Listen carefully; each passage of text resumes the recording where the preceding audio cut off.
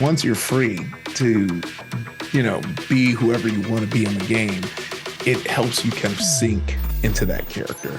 It's a cool way to be to, yeah, attract those like-minded people. Something nerdy is going to happen. And we're going to make it cool, I think.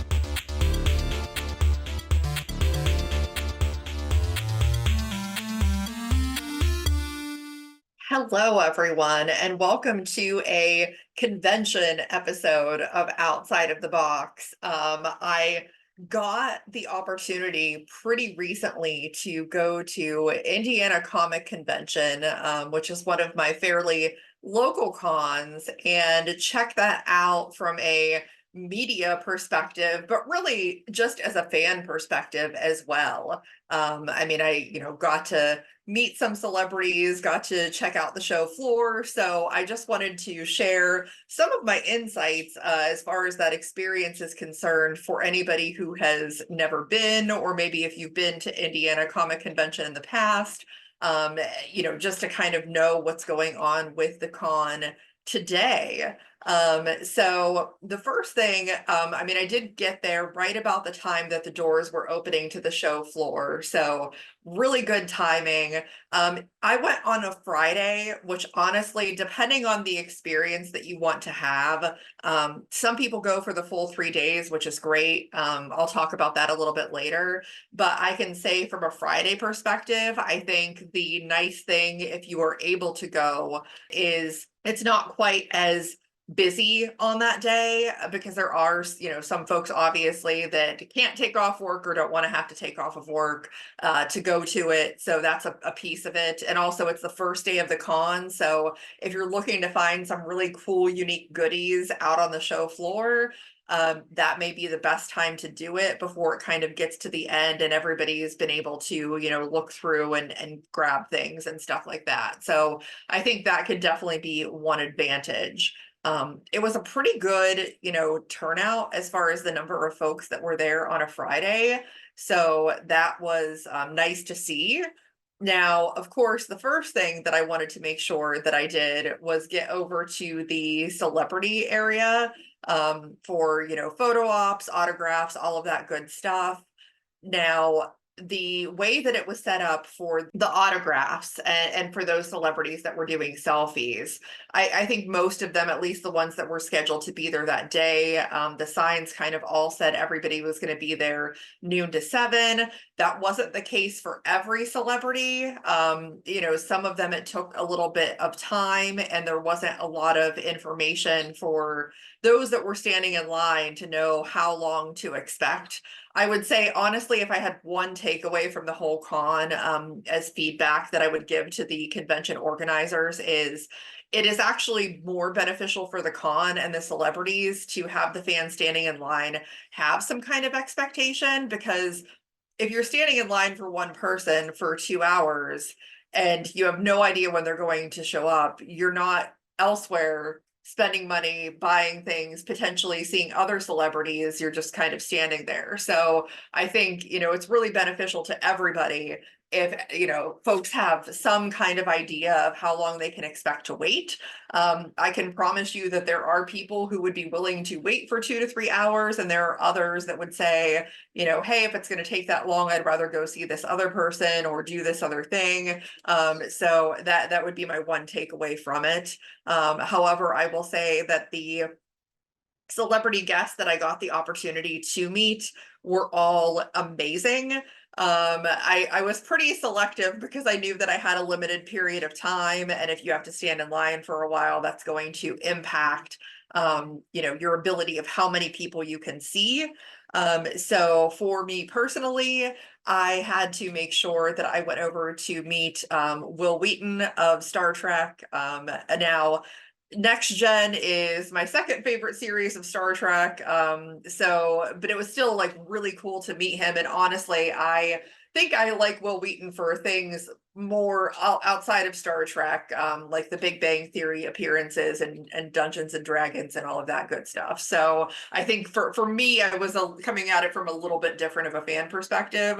Of course, I had to stop by and see Felicia Day. Anybody that knows me knows that I am a massive fan of Felicia Day. So it was so great to get a chance to see her again. And hopefully she is somebody that can come on the show in the future for an interview, as I'd love to have her to talk about any of the amazing projects and things that she's been involved in. Then I went over to see Arthur Darvill, who, if you're not into Doctor Who, you may not know who he is, but I mean, for me, 11th Doctor, my favorite Doctor, and he was on that season as Rory, Rory Pond, one half of the amazing Pond companions, and he was just amazing to get to meet in person. Do that. And then my Avatar loving heart got to go over and meet Grey Delisle, and was adjacent to Greg Baldwin, who also did the voice of Iroh for a period of time on Avatar. Of course, Grey Delisle doing many, many, many voices, including Azula on the original cartoon Avatar. And I will tell you, if you are even remotely a fan of anything that she's ever done and you get the opportunity to meet her at a con, you need to do it. It is worth every penny that you put into meeting her. So I highly, highly recommend it. Now, kind of in terms of some other things at the con, for food, I mean, I wouldn't say that there, at least for me, that I found a lot of amazing choices, but it's a con. I mean, you only eat because eventually you have to, or otherwise you're going to be on the floor. So, the food was okay, not too bad. I was able to get a couple of things throughout the day that I was there. So that was nice. And then the show floor, which obviously is a big part of it, getting to see all of the booths and the artists and the amazing things that these people create, which, anybody who watches the show knows that I am all about creating and, innovation and just like really cool stuff. Unfortunately, I didn't see any robots there, other than the ones that were there for Star Wars. They had a C3PO, which was really cool. But for the most part, no robots. However, there were just some amazing artists on the show floor that had different drawings and prints that they were selling, just some really cool, unique stuff from a lot of different fandoms, that I love and that I'm sure a lot of other people are into, as well as like Lego minis.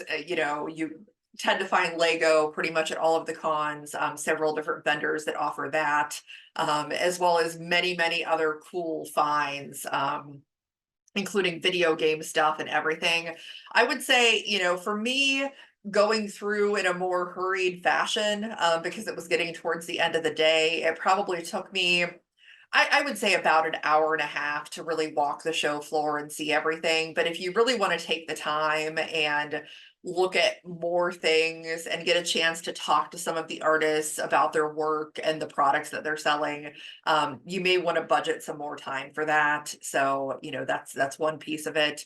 Now, kind of going back to the celebrity autographs, another thing that I think is really important for people to know is that if you plan on seeing a lot of people, I would definitely budget more than one day for it, just because you never know for certain how long you're going to have to stand in line, especially when you add up that time collectively. And so if you want a chance to like see it all, do it all, I really recommend going for more than one day, because one day is not enough, unless you're only seeing like one or two celebrities.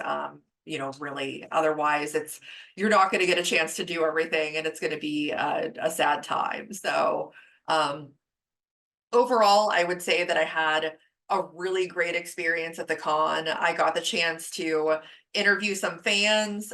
So let's kind of cut to one of those interviews, and I hope that you enjoy.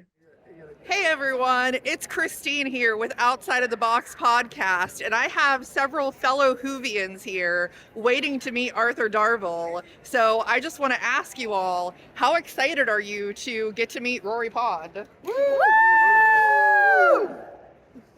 Well, I think that says everything right there. Stay tuned for more updates from Indiana Comic Con. And so, yeah, that was really cool to run into fellow Whovian fans at the con, standing in line to get to meet, one of my favorite actors from Doctor Who.